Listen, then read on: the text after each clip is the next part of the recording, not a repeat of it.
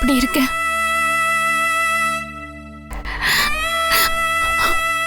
நான் ஏன் இவ்வளவு சுயநலமா இருக்கேன்? நான் ஆகாஷ கொண்டது தப்பு, பெரிய பாவம். ஒரு உயிரை கொன்னுட்டு ஏன் வயித்துல ஒரு உயிர் பொறுக்கிறதுக்காக காத்துட்டு இருக்கேன். இதை பெத்துக்கிறதுக்கு எனக்கு என்ன தகுதி இருக்கு? கவிதாவோட நட்புக்கு நான் உண்மையா இல்ல. அண்ணனை இழந்து அவ தனியா அனாதையா தவிக்கிறா. அவளோட நட்புக்கு நான் விசுவாசமா இல்ல.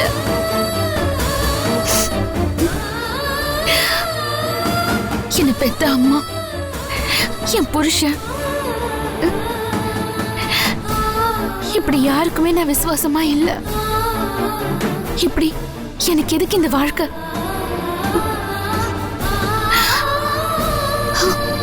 ஒரு பொருள் நமக்கு கிடைக்கிறதுக்கு முன்னாடியும் அதை கிடைச்சு அதை இழந்ததுக்கு அப்புறம் தான் அதோட அருமை தெரியும்னு சொல்லுவாங்க. என் வாழ்க்கையும் அப்படிதான் ஆயிடுச்சு. எல்லா பொண்ணுங்க மாதிரியும் நானும் குழந்தை வேணும்னு ஆசைப்பட்டேன். ஆனா அது எனக்கு கிடைச்ச போய் என்னால அதை அனுபவிக்க முடியல. ராஜா மாதிரி ஒரு புருஷன் வேண்டாம் வேண்டான்னு கடவுளை வேண்டுனேன். ஆனா இப்போ அவர் கூட சேர்ந்து வாழ முடியலையேன்னு ஏங்குற. ஏன் இப்படி எல்லாம் நடக்குது?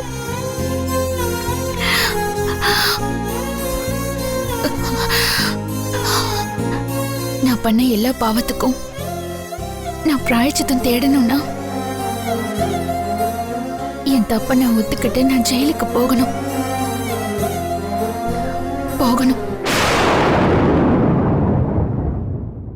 திவ்யா, என்ன திவ்யா, பூஜை ரூம்ல இருக்கிற சாமி படத்தை வெறிச்சு பார்த்துட்டு இருக்கேன். திவ்யா, ஒண்ணு இல்லம்மா. சரி, சீக்கிரமா பூஜை பண்ணிட்டு வா, டிஃபன் சாப்பிடுற நேரமாச்சு.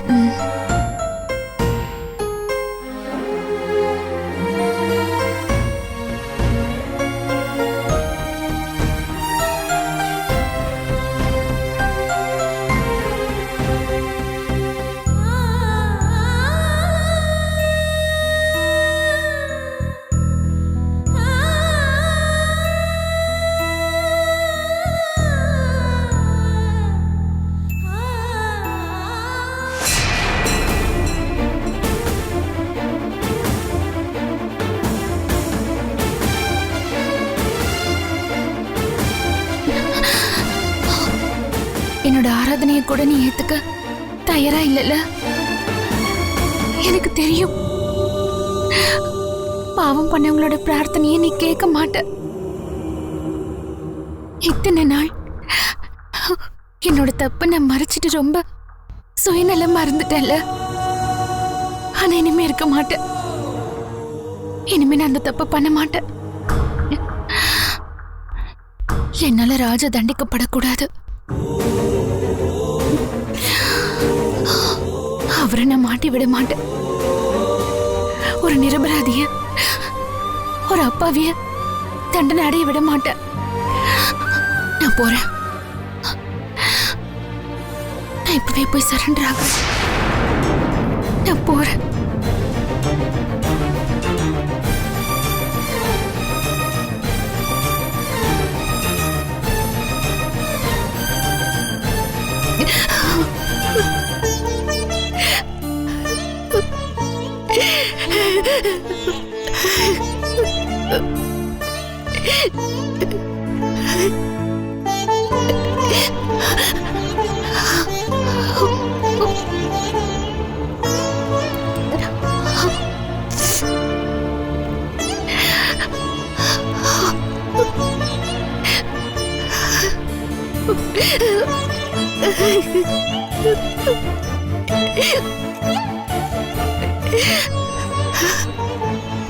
பாப்பா,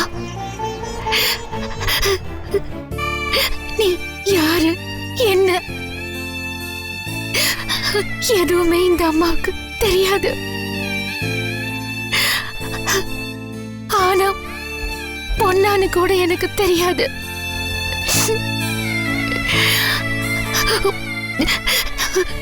இந்த உலகத்துக்கு முன்னாடி இந்த அம்மா ஒரு குற்றவாளி. ஆனா உண்மையிலேயே நான் ஒரு நிரபராதிடா.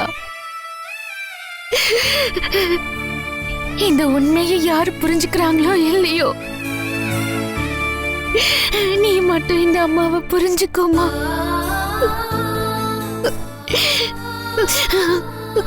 நாம இப்போ ஜெயிலுக்கு போக போறோம். இனிமே நமக்கு யாருமே இல்ல. உனக்கு நான், எனக்கு நீ, நம்ம 2 பேரும் மட்டும்தான். நீ இந்த அம்மாவை மன்னிச்சிடுடா, மன்னிச்சிடு. திவ்யா, திவ்யா, எங்க போயிட்ட அந்த பொண்ணு? ஐயோ, திடீர்னு காணாம போயிடுறாளே. இந்த பொண்ணை சாப்பிட வைக்கிறதுக்குள்ள படாத பாடு பட வேண்டி இருக்கு. எங்கம்மா போயிட்ட? இந்தம்மா, இட்லியில பால் ஊத்திருக்கேன். சாம்பார் காரம்னு சொன்னியே, அதான் பால் ஊத்தி சக்கரை போட்டிருக்கேம்மா. சாப்பிடு. மாத்திரை போடணும்ல, இந்தா. வேணாமா. அடி வாங்குவ. ஒழுங்கா சாப்பிடு. உனக்கா இல்லைனாலும் வயித்துல இருக்கிற பிள்ளைக்காக சாப்பிடணும்டி. ஸ்பூன் வேண்டாமா, நீயே ஊட்டி விட.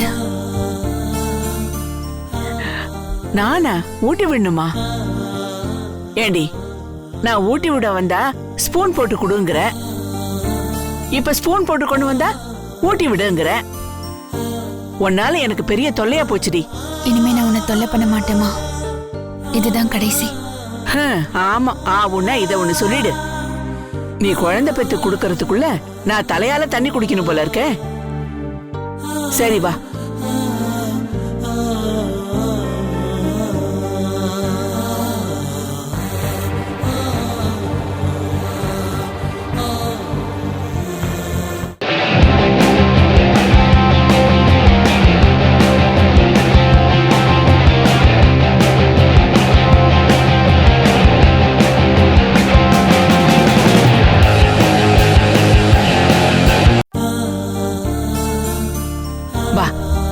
உட்காரு.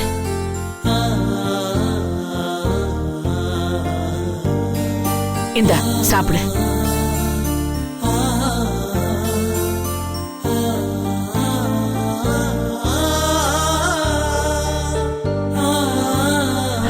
ஏய், என்னடி சும்மா சும்மா எதுக்கு எடுத்தாலும் அழுதுகிட்டே இருக்க? ஆகாஷ் செத்தாலும் செத்து போனா அன்னியில இருந்து நீ ஆளே சரியில்லை. அதுக்கு நீ என்னமா பண்ண முடியும்? அவன் செத்ததுக்கு நீயா பொறுப்பு? நான் தான் பொறுப்புமா. நான் தான். என் வாழ்க்கையில என்ன சுத்தி நிறைய நல்ல விஷயங்கள் இருந்திருக்குமா. ஆனா அப்பெல்லாம் எனக்கு புரியல. எல்லாத்தையும் உதாசீனப்படுத்திட்ட. நீங்கெல்லாம் எவ்வளவோ எனக்கு சொன்னீங்க, ஆனா நான் அப்பெல்லாம் கேட்கல. இப்ப எல்லாத்தையும் இழந்துட்டு தவிக்கிறேன். ஆகாஷ் செத்து போனதுக்கு நான் என்ன பண்ண முடியும்னு கேட்டீங்கல்ல. நான் என்ன பண்ண போறேன்னு நீங்க பொறுத்திருந்து பாருங்க. திவ்யா, நீ பேசுறது எதுவுமே புரியலம்மா. சாப்பிடு. ஒரு வாய் சாப்பிடுமா. எனக்கு உடம்பு சரியில்லைம்மா, நான் ஹாஸ்பிட்டலுக்கு போறேன். ஏய், என்ன உன் உடம்புக்கு? நீ இத சாப்பிட்டு முடிச்சிரு, நானும் உன் கூட ஆஸ்பத்திரிக்கு வரேன். கொஞ்சம் சாப்பிடு. கொஞ்சம். ஏய் திவ்யா, திவ்யா, மாதவா, ரேகா, இரு திவ்யா, நான் வரேன். ஐயோ பாரு, பாரு அவள. சாம்பார் வேண்டான்னா இட்லியில பால் ஊத்தி கொடுத்தேன். என்ன ஊட்டி விடுமான்னு சொன்னா, ஊட்டி விடும்போது ஆஸ்பத்திரிக்கு போற கிளம்பி போயிட்டே இருக்கா. சொன்னா கேட்கலடா. ஊர்ல இவன் மட்டும் தான் அவசியமா புள்ள பத்துக்கிற மாதிரி பண்ணிட்டு இருக்கா. ஏ திவ்யா, என்னாச்சு உனக்கு? நான் போறேன். எங்க? எங்க என் பிரச்சனை எல்லாத்துக்கும் தீர்வு கிடைக்குதோ அங்க போறேன். ஹாஸ்பிட்டலுக்கு தானே போற திவ்யா? சரி, உன்னோட மெடிக்கல் ரிப்போர்ட்ஸ் எடுக்கல, மொபைல் போன் எடுக்கல, ஹேண்ட்பேக் கூட எடுக்காம எங்க போற? எனக்காக இனிமே யாரும் கவலைப்படாதீங்க. என் வாழ்க்கையை நான் பாத்துக்கிறேன். நான் போறேன். ஐயோ போயிட்டு இருக்காடா. ஐயோ போமா, உனக்கும் வேற வேலை இல்ல, உன் பொண்ணுக்கும் வேற வேலை இல்ல. இருக்குல உங்களை கடுப்பேத்திக்கிட்டு போய் வேற வேலை வெட்டி இருந்தா போய் பாரு. காலங்கத்தால எல்லாரும் ஐயோ போறாளேம்மா. அத்தை பதட்டப்படாதீங்க அத்தை. அவ என்ன சின்ன குழந்தையா? அடிக்கடி அவ ஃப்ரெண்டு கவிதாவை பார்க்க போவா வருவா. அந்த மாதிரி இப்ப எங்கேயாச்சும் போவா அத்தை. ஐயோ இந்த வீட்ல என்ன நடக்குதுன்னு எனக்கு தெரிய மாட்டேங்குதுமா. எனக்கு பைத்தியம் பிடிக்கிற மாதிரி இருக்கு. இப்படி படுத்துறாளே இவ. நான் என்னமா பண்ணுவேன்? ஏ ரேகா படாம ஷோ இந்த வர அத்தை.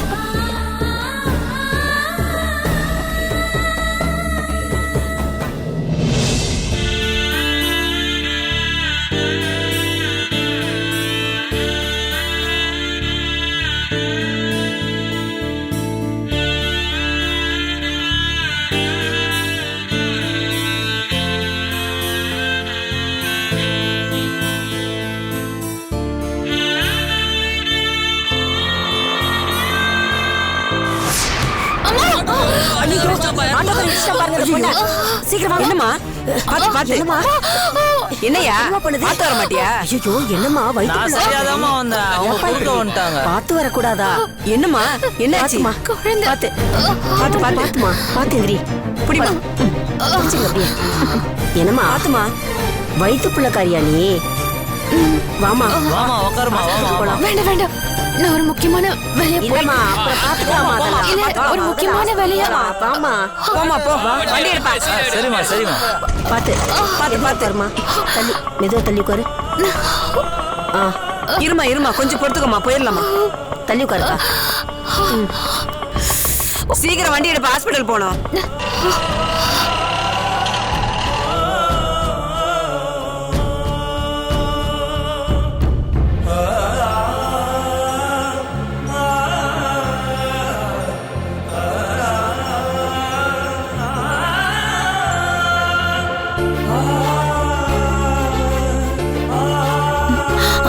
வாங்கண்ணே அத்தை. வாங்க உட்காருங்க. உட்காருங்க.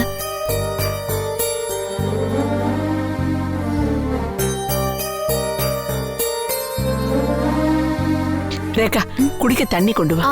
இல்ல இல்ல வேண்டாமா, பரவாயில்ல. வீட்ல சுந்தரி அப்பாலாம் எப்படி இருக்காங்கப்பா? ஆ ஆ என்ன மாப்பிள்ள திவ்யா பாக்கலையா? வீட்டுல தான் இருக்கல. இல்ல ஆஸ்பத்திரிக்கு போயிருக்கா. தனியா போறா, அதான் நீங்க வழியில பாக்கலையான்னு கேட்டேன். இல்ல பார்க்கல, பரவாயில்ல. அவ இங்க இல்லாததும் ஒரு விதத்துல நல்லதுதான். ஏன் வேலை கொஞ்சம் சுலபமா முடியும்ல. என்ன வேலைன்னு? மாதவன் எங்கம்மா? இருக்காரு. மாதவா, ராஜா அண்ணா வந்திருக்காரு. மாதவா மாதவா. வர ராஜா. என்ன ராஜா எப்படி இருக்க? உட்காருப்பா. உன்கிட்ட கொஞ்சம் பேசணும். என்ன விஷயம் சொல்லு ராஜா. நான் ஒரு கொலை பண்ணிட்டேன்.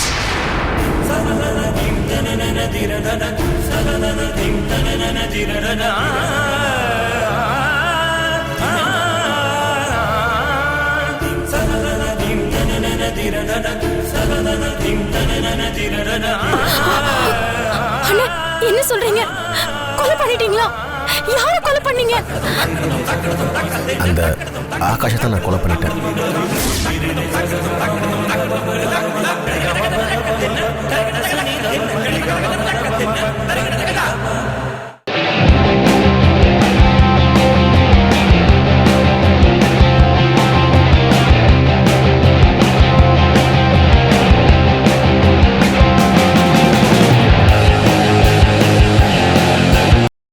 அந்த ஆகாஷத்தை நான் கொலை பண்ணிட்டேன்.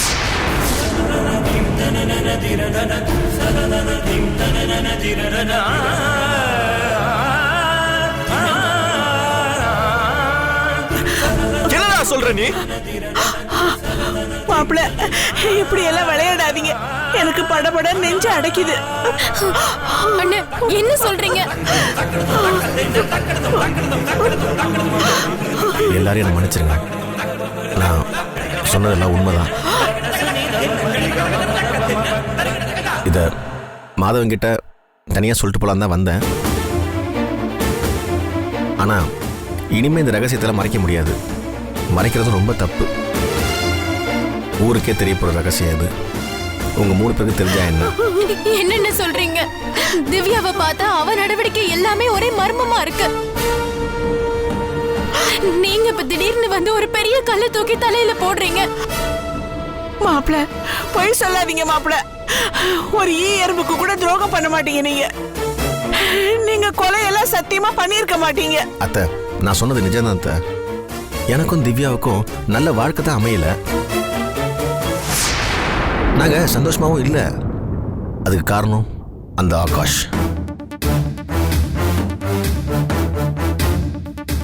உங்களுக்கே நல்லாவே தெரியும். அவன் எனக்கும் திவ்யாவுக்கும் நடுவுல பெரிய சுவராகவே நின்றுகிட்டு இருந்தான். ஏற்கனவே திவ்யாவுக்கு பார்த்த மாப்பிள்ள அவன் தானே. அவனால கல்யாணத்துக்கு வர முடியல. அதனால நான் திவ்யா கழுத்துல தாலி கட்டினேன். நாம எல்லாருமே அந்த விஷயத்தை மறந்துட்டா கூட ஆகாஷ் அந்த விஷயத்தை மறக்கவே இல்லை. அவன் கண்ணு ரொம்ப நாளா திவ்யா மேல இருந்துகிட்டே இருந்துச்சு. நானும் திவ்யாவும் டைவர்ஸ்க்கு அப்ளை பண்ண உடனே அவனுக்கு ரொம்ப சந்தோஷமா போச்சு. திவ்யாவை தான் கூட வச்சுக்கணும்னு அவன் ஒரு ஆபீஸ் ஆரம்பிச்சான்.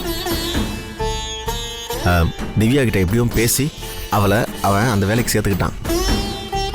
திவ்யா தான் கூட அதிக நேரம் ஆபீஸ்ல இருக்கணுன்றதுக்காக என்னை விட்டு அவளை தூரம் இருக்கிற மாதிரியே பார்த்துக்கிட்டான்.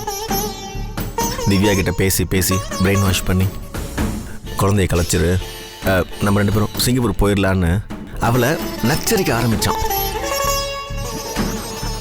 அதனாலதான் திவ்யா கொஞ்ச நாள் குழந்தைய கலைக்கிறேன்னு சொல்லிட்டு இருந்துச்சு.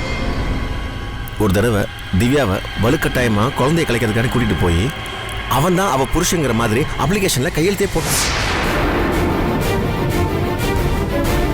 ஆனா பாவம் அவ இந்த விஷயம் அவளுக்கு தெரியாது. தெரிஞ்சிருந்தா அவ போயிருக்கவே மாட்டா.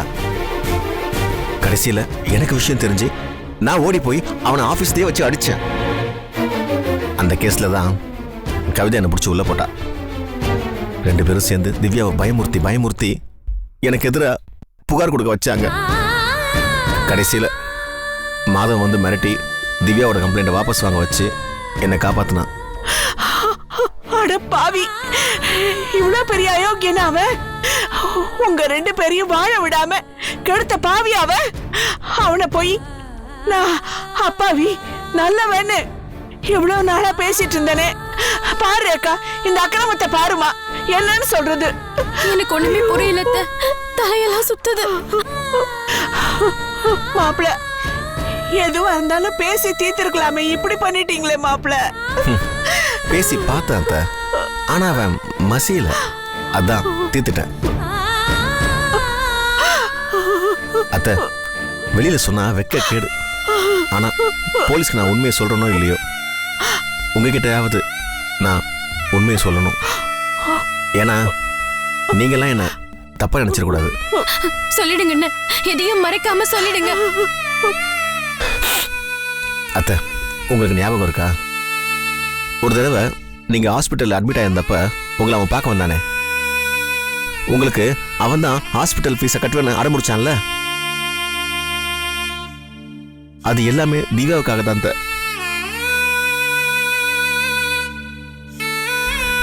அந்த அளவுக்கு அவ மேல உரிமை இருக்குன்னு அவனா காட்டிக்க செஞ்சான்.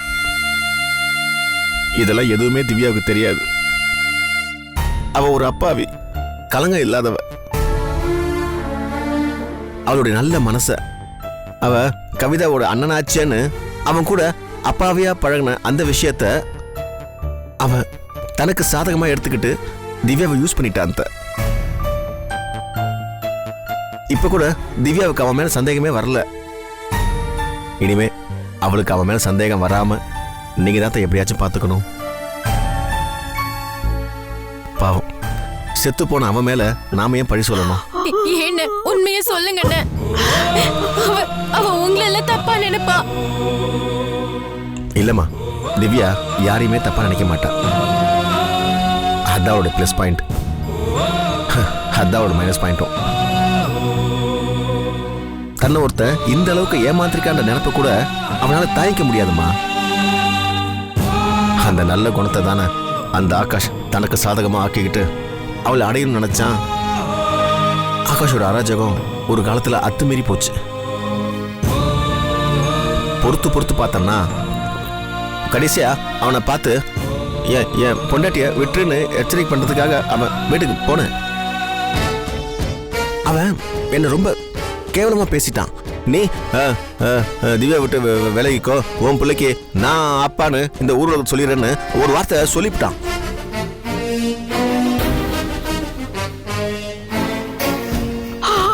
பாவி அப்படியே சொன்னா? அந்த வார்த்தையை என்னால தாங்கிக்க முடியல.